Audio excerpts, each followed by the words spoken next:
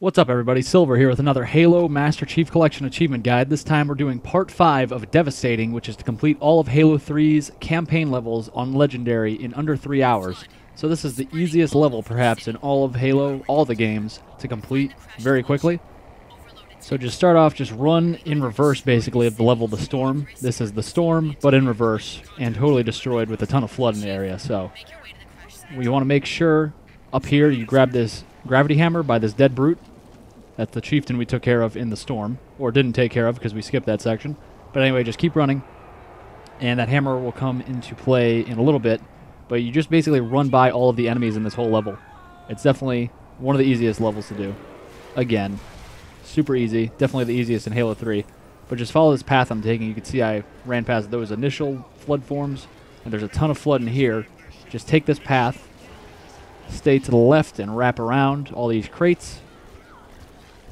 And you can see none of the enemies in this section have weapons, so they could just run at you and smack you. Most of them just totally ignore you, though, so you can see I haven't taken any damage yet at all. Just jump up here to avoid those people. Run over here, and we're going to jump on top of these fusion cores, and then crouch jump up and over the railing. I miss, of course, but looks like that fusion core fell over. But I'm going to jump on this one, jump up, and just keep going. No need to kill anybody at all yet. And just push through this glass, it'll shatter. Cortana will slow you down a little bit. You could turn around and smack with the gravity hammer if you'd like. It would speed you up slightly, but again, we don't really need to do that to get the achievement. We need to only get under 3 hours. No need to get a world record. And once you come to this wall, just smack at any of the red dots on your radar. You could see the flood forms on the other side using your radar, and the shockwave of the hammer actually goes through that wall, so you could kill them all at no risk of taking any damage to yourself.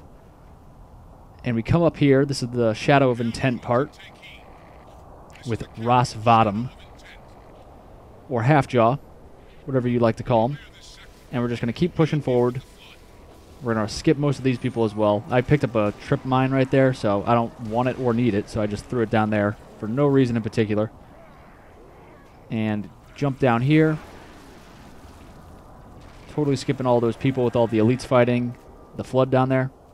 Jump up here.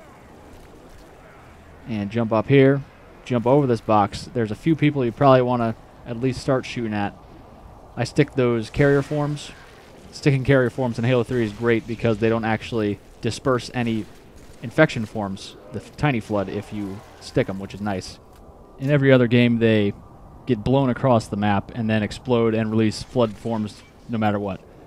So this section, you just shoot as many people in the head face area as possible as you move through.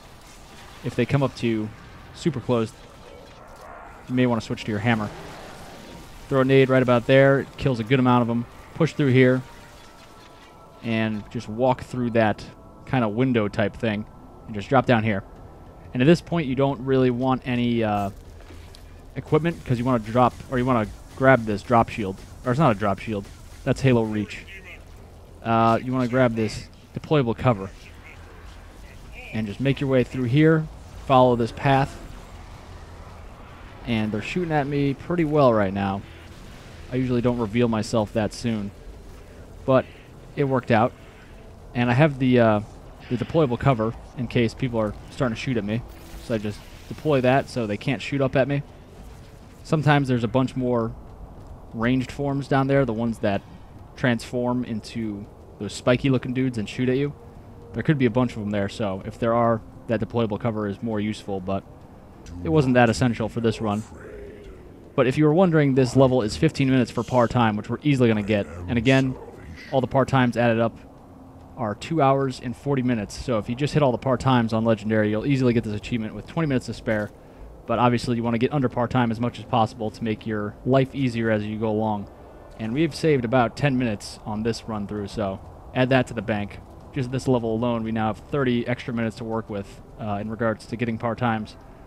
So that's it for this one, boys and girls. You can see right up ahead here, Gravemind's going to talk to me a little bit, then I'm going to activate that thingamabob to retrieve the fragment of Cortana, or the message from Cortana, and we'll be moving on to the Ark next. So I'll see you later for that one, guys. Click like and subscribe, leave a comment, and I'll see you then.